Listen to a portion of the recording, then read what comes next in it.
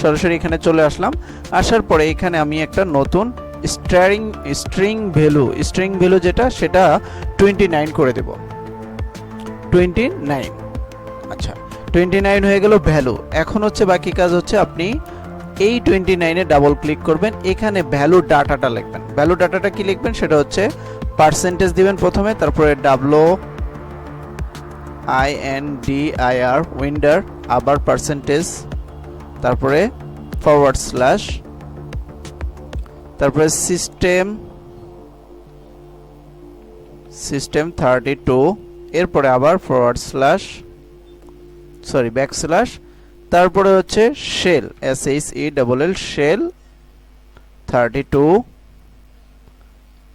এই শেল 32 পরে আপনি একটা ফুল স্টপ দিবেন, ফুল স্টপ, দেন লিখবেন DILL, লিখে এখানে একটা কমা